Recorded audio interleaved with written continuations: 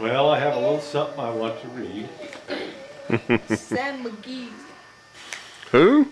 I don't know. Forgot what it is now. Who knows the name of the guy in Sam McGee. Granddad's? Sam McGee. All right. Cremation of Sam McGee. Oh, no. We don't really know how this tradition began. Huh? Watch your What's that? Make sure it doesn't get in there. What's that other story that we read? Him, go. About like the little boy who got his stains on Christmas Day. Oh. There are some strange things done in the land of the midnight sun by the men who moil for gold.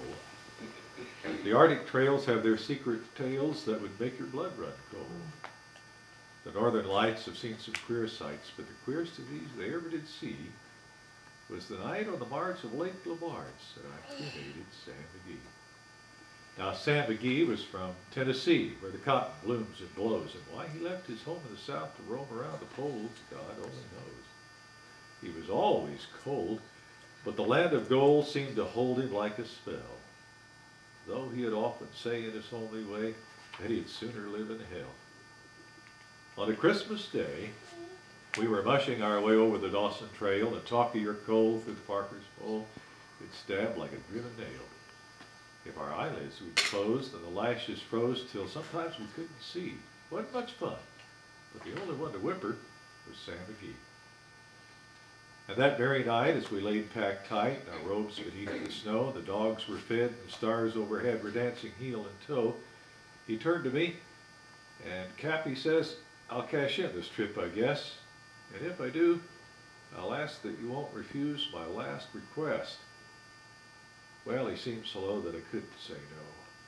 Then he said to me with sort of a moan, it's the cursed cold, and it's got right hold till I'm chilled clean through to the bone. Yet 'tain't being dead, it's my awful dread of the icy grave that pains. So I want you to swear that foul or fair, that you'll cremate my last remains. A pal's last need is the thing to heed, so I swore I would not fail. And we started on at the streak of dawn, but God, he looked ghastly pale. He crouched on the sleigh and he raved all day of his home in Tennessee, and before nightfall, a corpse was all that was left of Sam McGee. There wasn't a breath in that land of death, and I hurried horror-driven, with a corpse half hid that I couldn't get rid because of a promise given. It was lashed to the sleigh, and it seemed to say, you may tax your brawn and brain, but you promised true, and it's up to you to cremate those last remains. Now, a promise made is a debt unpaid, and the trail has its own stern code. The days to come, though my lips were dumb, in my heart how I cursed that load. In the long, long night, by the lone firelight, while the huskies round in a ring howled out their woes to the homeless nose, oh God, how I loathed that thing. And every day that quiet clay seemed to heavier grow, and on I went, though the dogs were spent and the grub was getting low. The trail was bad, and I felt half mad, but I swore I'd not give in. And I'd often sing to the hateful thing, and it'd hearken with a grin.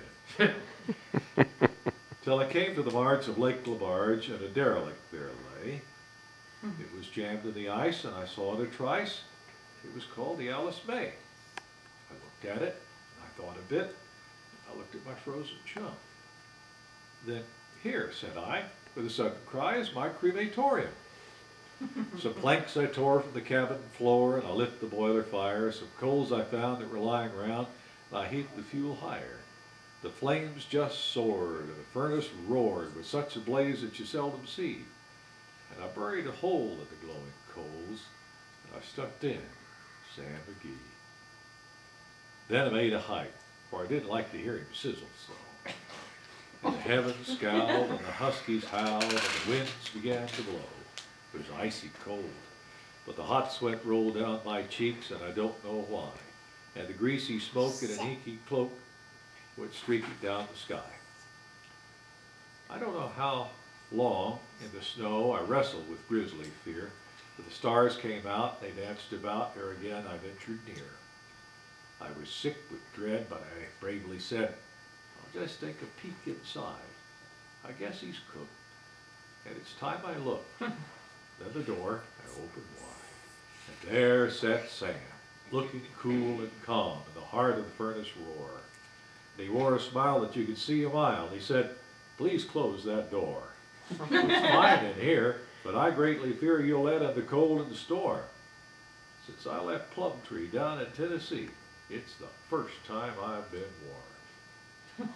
There are some strange things done in the land of the midnight sun for the men who boil for gold. The Arctic trails have their secret tales that make your blood run cold.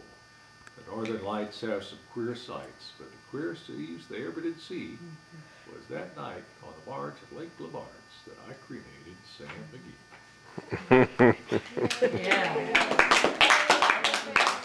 Good old Sam, the rest for another year. He used to know it by heart. He used to Yeah. could say it. I used to do it without the book, but that was before You turned off. senility, old age.